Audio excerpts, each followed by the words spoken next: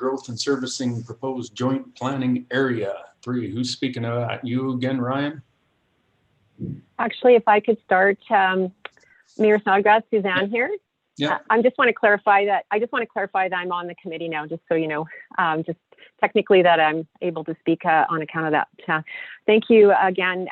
This item is on the agenda for the purpose of creating awareness and informing you as partners in the Highway 2A Industrial Corridor Area Structure Plan, and also AFICA, as we call it, the Alberta Foothills Industrial Area. So we just wanted to inform you as our neighbors as to a concern that we're having with this area being designated by the CMRB in their plans to call it Joint Planning Area 3. So we've got it on the agenda as Joint Planning Area 3 and otherwise known as JPA 3.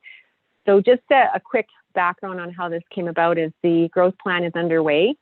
And I would ask actually if I could have Senior Planner McLean share a screen and show us a diagram of what I'm actually talking about here, so you know what we're looking at. The consultants have prepared a draft of what this growth plan is looking like, and they've put these heat marks, these red marks in the middle of all of our communities, and 3 yellow areas. They're labeled 1, 2, and 3. You can see that's their outcome of their work that they've been putting into this plan, and then they're going to put some policy together. So right now, we're all of us trying to fit in as much hours as humanly possible on this call for meeting after meeting on this. But this one topic is coming up, and we felt we wanted to share more information with you on it. So Joint Planning Area 3 is actually an existing plan based right on our own area structure plan involving us, the county and Okotoks, town of Okotoks and the town of High River. The other ones are future planning areas, so there's quite a difference in our eyes as to what we're looking at. And we just want to let you know that sort of the history of this topic has gone to a number of different meetings and now has emerged on this map. So at the CMRB, the county has flagged it a couple times that we have concerns with where this is heading and the kind of wording that they're attaching to the, basically changing up what we have as partners on it. And so we've brought this up at a few different meetings, and we've said we're not in favor of putting this into the plan as they've currently got things kind of rolling along here. So we've spent some time trying to share that information with the CMRB. We also brought it to the Okotoks IMC about a week ago, or a week and a bit ago. And the next idea we had was obviously to share it with you at the earliest convenience, and that's why it's on for today. So it's quite interesting that I just got an email, I'm sure you guys did too, as a community from the provincial government that gave us a definition of red tape and said that we had to fill in a form now for 2020 and 2021 of what we're doing as communities to remove red tape. And yet at the same time, they're trying to wrestle out from under our feet this Joint Planning Area 3, which is actually a plan that we already have with our own partners. So they're wanting at this time to get us into a conversation, put this into writing in the plan, that we're going to have these 7 new partners and reframe what we're looking at. So the purpose of having this on the agenda today is I'm hoping to propose a motion. I'll show you that shortly by our very helpful planning staff who have that ready to present or share there. And the idea is that you would have a look at it yourselves as the town of High River and then give your opinion on what you think about it. So just a really quick summary of our concerns is obviously I mentioned, we have a voluntary partnership right now, which is working well, and we can decide how and what level we want to participate, when we want to meet, and how we want to do this thing.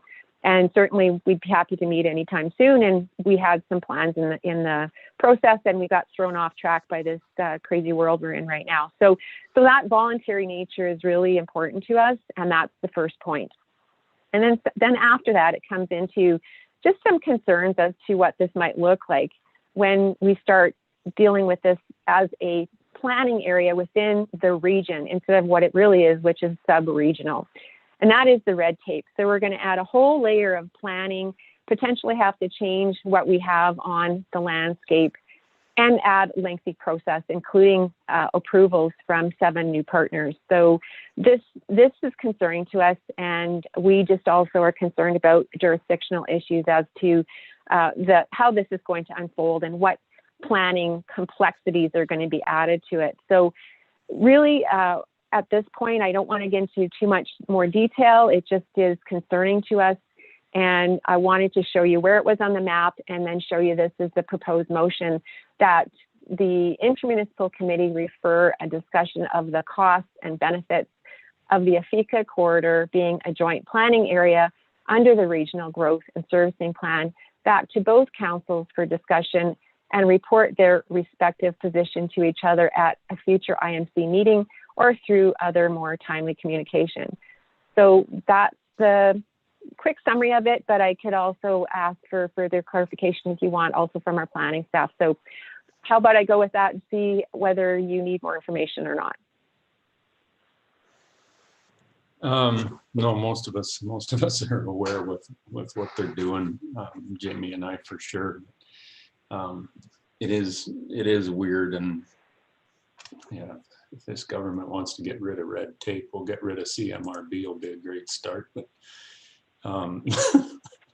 like we're just going nowhere with, like, it's 3/4 laughable, isn't it, Suzanne? Well, I'm glad to hear you have an opinion that you might want to join in with us, perhaps on concern, but obviously we want to not, choose what you're going to respond to on this. But thank you so much for just noting that. I appreciate that. Yeah, and it's it's one of those things. I'd love to be a part of it if we saw that it was going to change something for the better, but at best we're going to have the same thing we had before this all started, and at worst it'll be worse. So, and especially for the rural. So I like the motion that you've gotten forward. If you are Suzanne I take it is making that motion. Sure, please, I so move. Thank you. All in favor? Discussion? I vote in favor. I think everybody else does. I'm looking around. This is so weird sometimes doing votes. Okay, motion is carried. Thanks very much, Suzanne. We'll take it back to the Town of High River meetings, and we'll get back to you next time. Very good, thank you. Awesome, thank you. Next one, High River Regional Airport temporary terminal proposal / outhouse. Rob.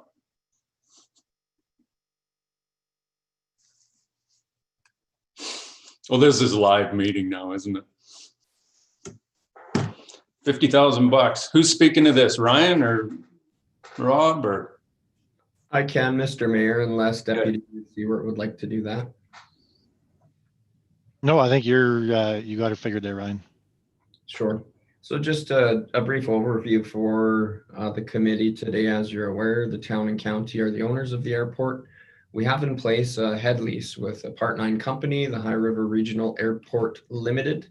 And in that head lease, there is a requirement that anytime the board would like to do any form of improvement projects to the airport, the owners do need to approve that. So today's request is not necessarily for funding support. It is more a once over by the Intermunicipal Committee to take a look at a proposal that the airport's put together for a building or a terminal building, which I believe at this point is intended to be a temporary structure, kind of like an ATCO trailer with washrooms in it. And we do have one of the board members, Toby Klein, you'll see his name on the Zoom meeting here. He's prepared the report that you'll see attached to the agenda package and is prepared to just give a quick presentation if the chair so wishes to allow that. Yeah, a couple of questions. So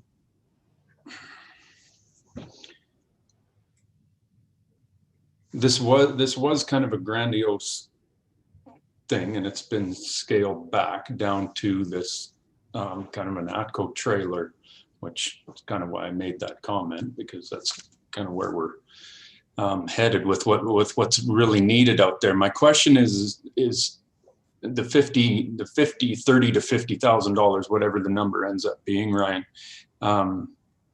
who pays for that? Does it come out of airport money, reserve money or anything, or is it coming from the town of High River county split, or how does that work? No, the funding at this point is proposed to come from the airport board itself. So the board Okay. holds a small reserve amount as well. They've got some surplus funding left over from this last year. They didn't hire a airport manager, so that's left an extra 25,000, as well as some additional surplus on top of that. So, and how much is in there in the reserve right now, approximately? Do we know? I might ask either Councillor Kinghorn or Deputy Reeve Seward if they recall from last night's meeting.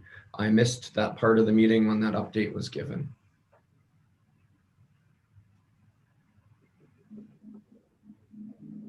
Who's going to go?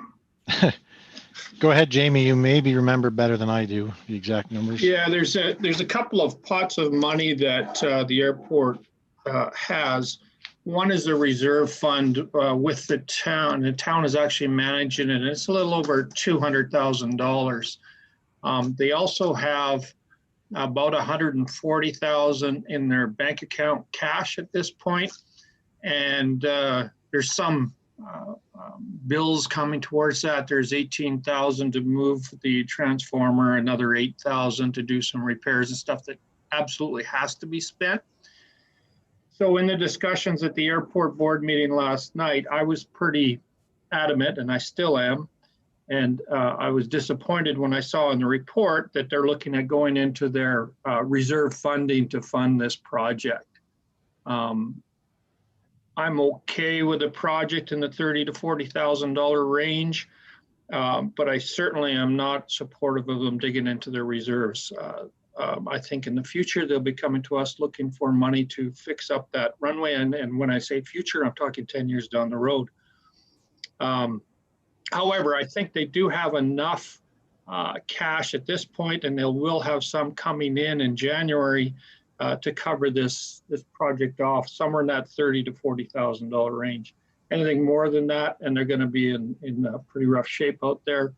We do recall back in 2012, when they had some financial difficulties. I think they've really got their stuff together now. So I'd be supporting this, provided they don't go into the reserve funding, and second to that they keep it below that $40,000 range, which is different than what's in the report before you. Anything to add, Rob? Yeah, I might just add. So Jamie had talked about the 18 and the 8,000 required for that's committed and needs to be spent. There is also a grant, a shared grant that we received from the province to repave or to fix up the parking pad there.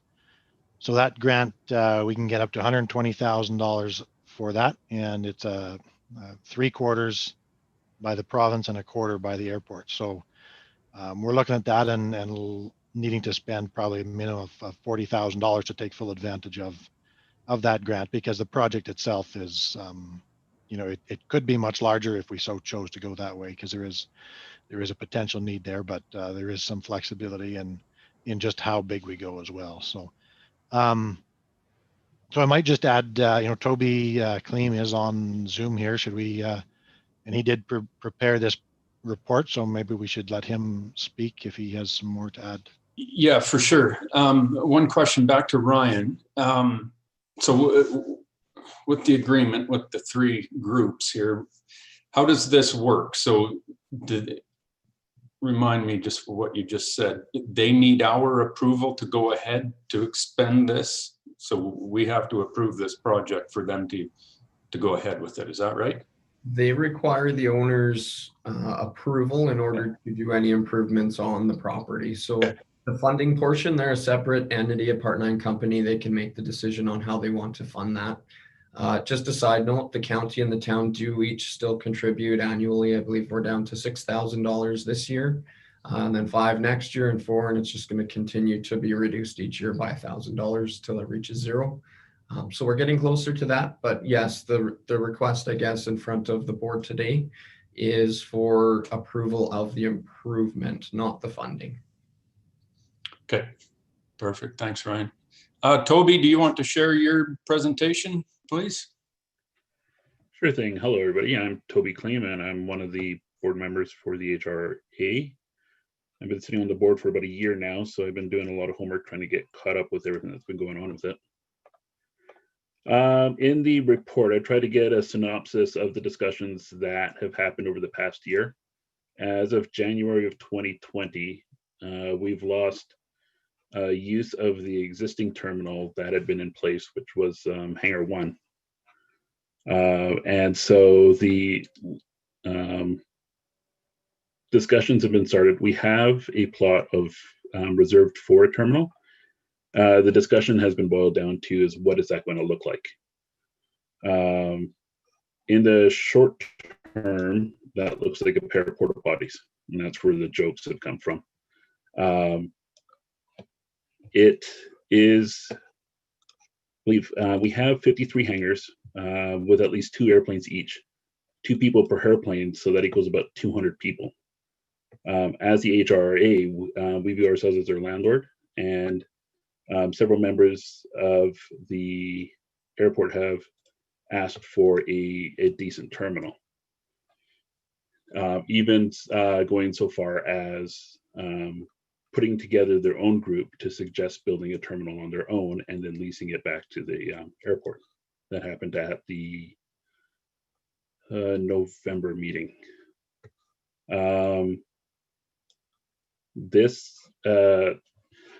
That we need a terminal has never been in dispute. It's how is that going to look and at what cost? With so many stakeholders with a vested interest in this, we want to make sure that we do it respectfully and in a way that doesn't just rush to a decision. The funding I put in the report was one option. And I understand Councillor Kinghorn's concerns over the regards. This was an option given to me by our treasurer as to being the quickest way to get the funding to pay for it. What we're mainly looking for is the IMC's approval for moving forward on a temporary solution that will last 5 to 10 years. That should give us the time to get something in place to ease the pain between the residents and the hangar owners, have something in place, but not be so much of a draw on the funding that all further designs of a more grandiose terminal that would be more appealing to the residents. It's sort of finding that middle ground between filling the need in right now and moving it to, off the plate so that we could focus on the other issues coming towards the board.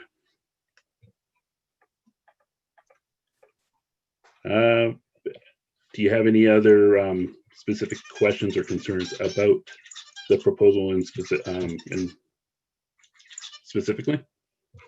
No, and Toby, I apologize for the outhouse comment. We were discussing this, a couple of us, just before this meeting so that I could wrap my head around what was going on. And I made that comment that we've started from something big and keep scaling it back to something that's palatable. And I brought up a couple of porta potties, but that does not work in this. Well, that is the current joke. I'll bet it is. That's the current risk. And yeah. Part of the board is concerned that initially the HRA is an attractive airport with everything minus the terminal. Right. And so this terminal would basically serve that when others flew into our airport, they'd at least have somewhere to go to be able to use a washroom or correct, hang out for It would also give the option of in the future, if we hire an airport manager, a place to store the records for the airport that Gotcha. are actually on premises, because currently we don't have a spot for that. Okay, that makes sense. So in the report, I gave 3 examples that we've discussed, everything from ACO trailers to a constructed building. Okay.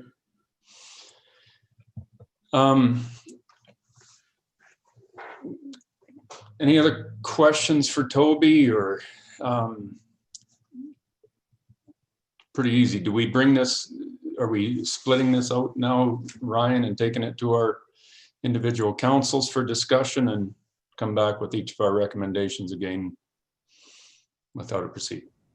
Yeah, I think as a matter of procedure, Mr. Mayor, if the board is willing to make a recommendation to both councils for consideration, of course, by each council individually, that would be a good course of action.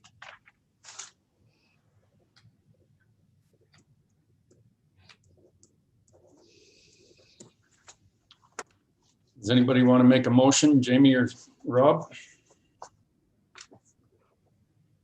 Councillor Kinghorn will make a motion that IMC committee recommends the construction of a temporary, I don't know what you call it, ATCO trailer, or what do you want to help me out, terminology? Maybe I can help you out, Mayor. Please, it's your motion. That the IMC recommend both councils consider the installation of, and we'll use the word terminal, because that's the verbiage that's around it right now. I don't like that word, but we'll use that, terminal, at the High River Regional Airport. And I think we can end right there unless you, how does that sound? Yeah, should we have the word temporary terminal in there? Yeah, sure. That's just Toby's words coming out of the board. If they're calling it a temporary terminal, then just a, Well, and if it's a skid type trailer unit, that's probably what it will be, is temporary. okay. Motion on the floor. Everybody heard it? All in favor? Anyone opposed? Motion is carried. So we'll take it back, Toby, and back to our councils, and it comes back to IMC and then back to the board. So we'll go from there. Thanks very much for speaking to it, Toby. Thank you very much for your time, everybody. Yeah. Goodbye. Terms of reference to the county. Anybody speaking to this one? Julia's? I can speak to that, yes. Yep. So as I'm sure you're all aware, none of you are new to this committee.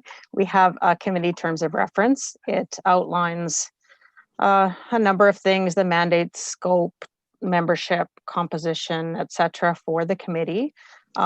Section 11 of that terms of reference indicates that they are to be reviewed at the first IMC meeting following the start of a new political term or when committee membership changes. Now, committee membership has changed as of the organizational meeting that we held in October.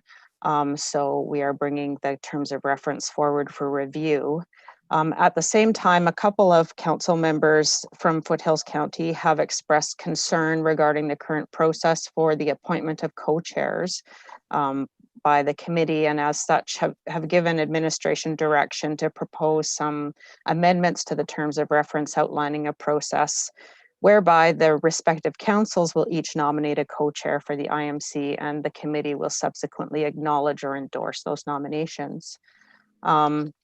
While we were reviewing them, we also decided we should throw something in there about meeting virtually, as we have been doing that already due to the pandemic.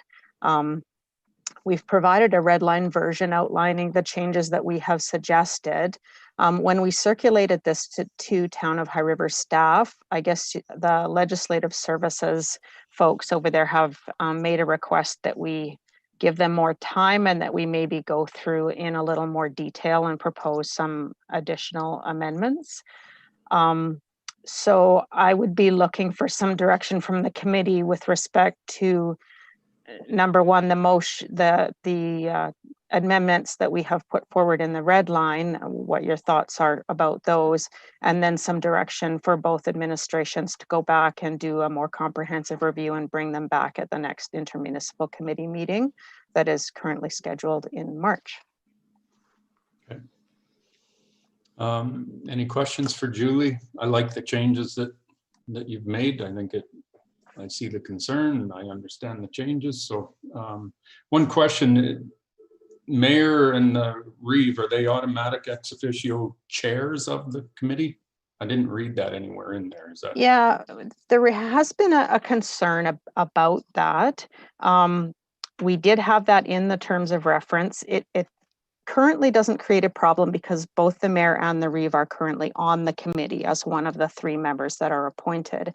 However, if they weren't, and the mayor or Reeve attended ex officio, and the 3 members that are appointed were also in attendance, it could create an issue where we have a majority of council voting on motions, which isn't, it's not the best. Okay. Yeah. Okay. Rob? Yeah, thank you. I guess the other thing I would add is there is the addition of an alternate co-chair. So I think the way it is right now, there's a co-chair from each municipality, and each municipality alternates between chairing the committee. So if the co-chair from High River is not present that day for whatever reason, but it's High River's turn, then what do you do? So that's why the addition of the alternate co-chair, just in case. So that's clear, right? So, and the only other thing, the thing I would suggest perhaps needs changed as well, that is not addressed, is item 7.1E. So this is talking about appointing the committee member. So because of the additions we've done under 5.1, 7.1E is kind of a redundant thing and almost in opposition to 5.1D and E. So my recommendation would be that we also delete 7.1E, or at least eliminate the first, the bulk of it at the start anyhow. So that'd be my 2 bits. Thank you.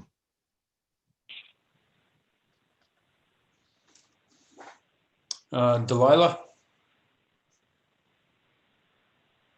Yeah, thank you, Mr. Chair.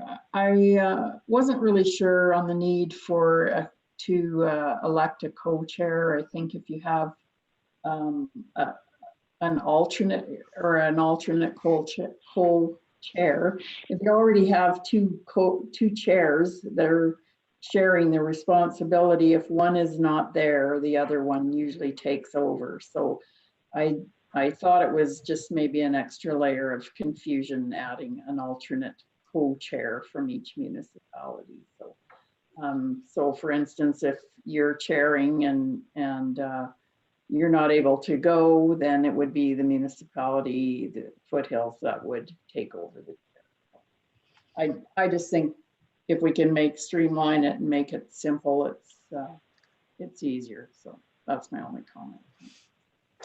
Yeah, and I don't think I see both ways. It doesn't really bother me which way it goes. I see where Rob is saying that if the meeting starts it's High River's turn to be the meeting, then follow the chain and get a chair from High River. But like you're saying, Delilah, if the chair is over with the county, flops over to the county, well, whatever, the meeting continues. So I don't really have much of an opinion which way we go with that one. So Julie, where do you want, is this coming back to Kara with our ledge services and we're going to review this, or is that?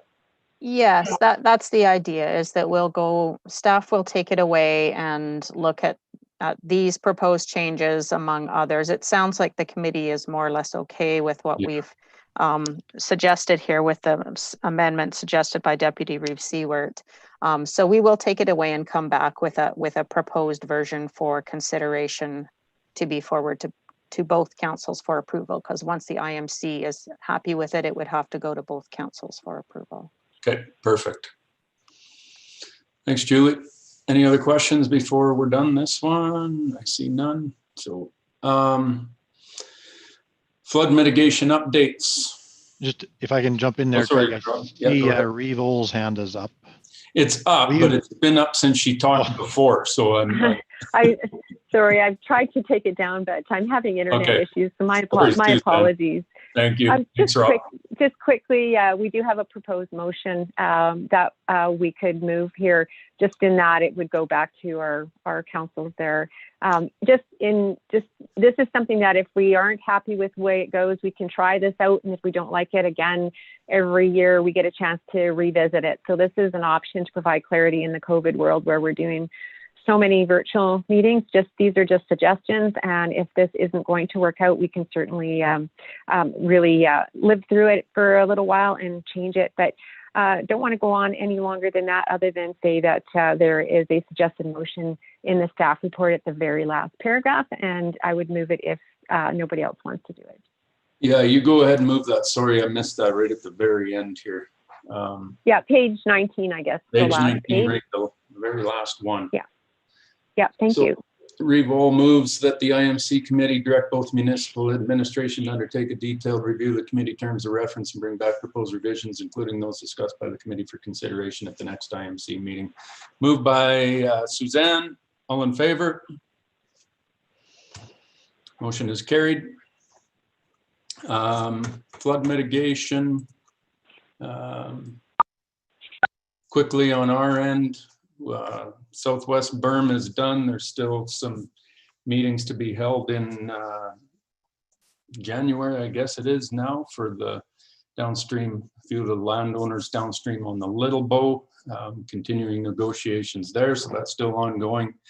And we're doing a lot of final tallies on the Southwest berm as far as costs, et cetera, to see where we're at with finances and a few other projects, that is small projects that are still ongoing is what our staff is working on now to see where we're at financially. So that's about it on our end.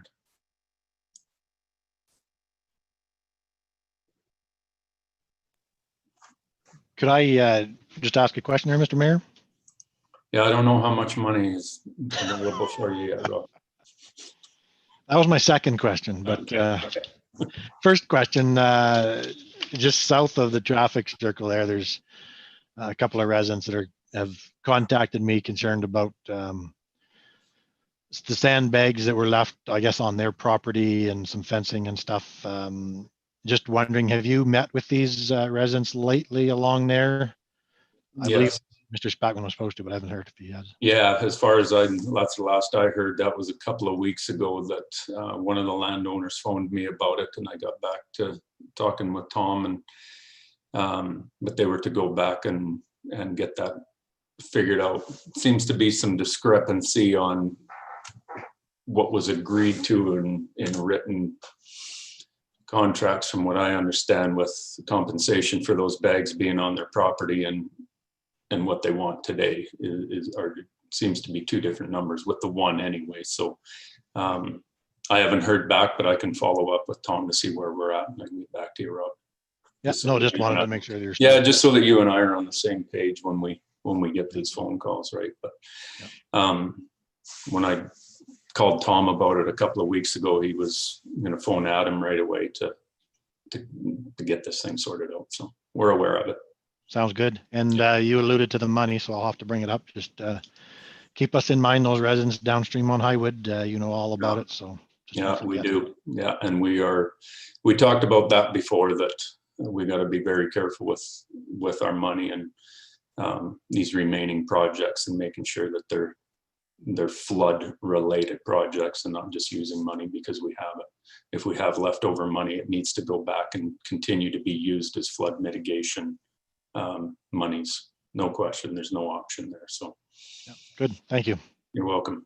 Harry?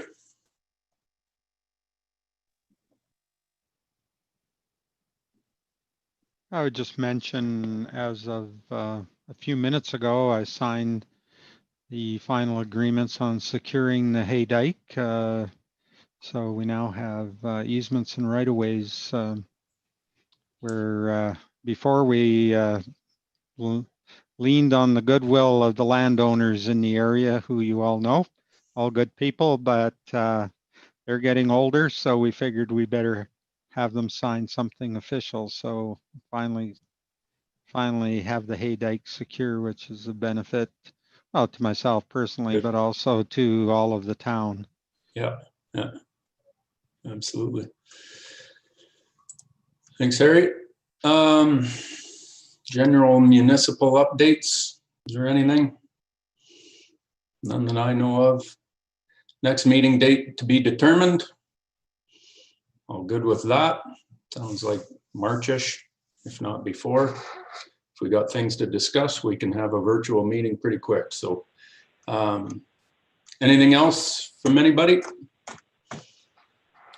Meeting adjourned 4:19. Thanks very much. Thanks, everybody. Have a great day. Yeah, you too, Suzanne. Thanks. Take care. Well everybody. done. Thanks.